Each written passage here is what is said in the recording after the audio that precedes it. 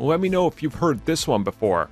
Something that's coming out in the MCU was inspired by the success and the idea that was first established by Iron Man 1.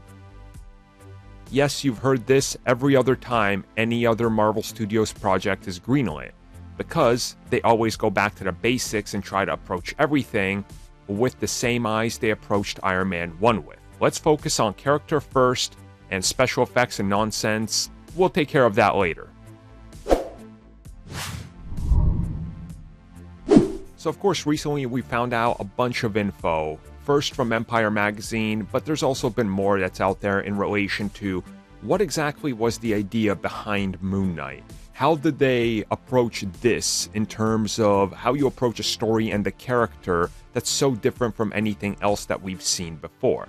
And Oscar Isaac said that he wanted to do a character study, that was one of the things that pulled him towards the comic book genre again, but if he was to do it, it would have to be something special and something meaningful.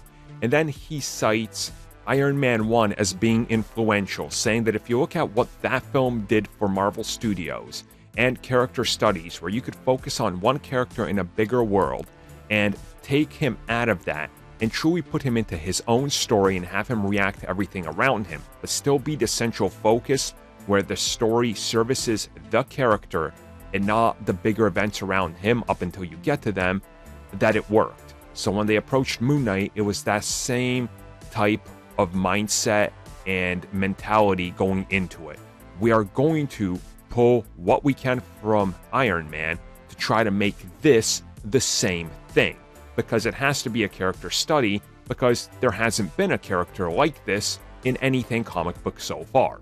And he said as it continued to develop into a bigger conversation of what role he would take, Moon Knight was the one that stood out because it was just one of those things that it was a major departure that could get pretty nuts and different from anything else that's seen before. So he wanted to, again, apply himself to this.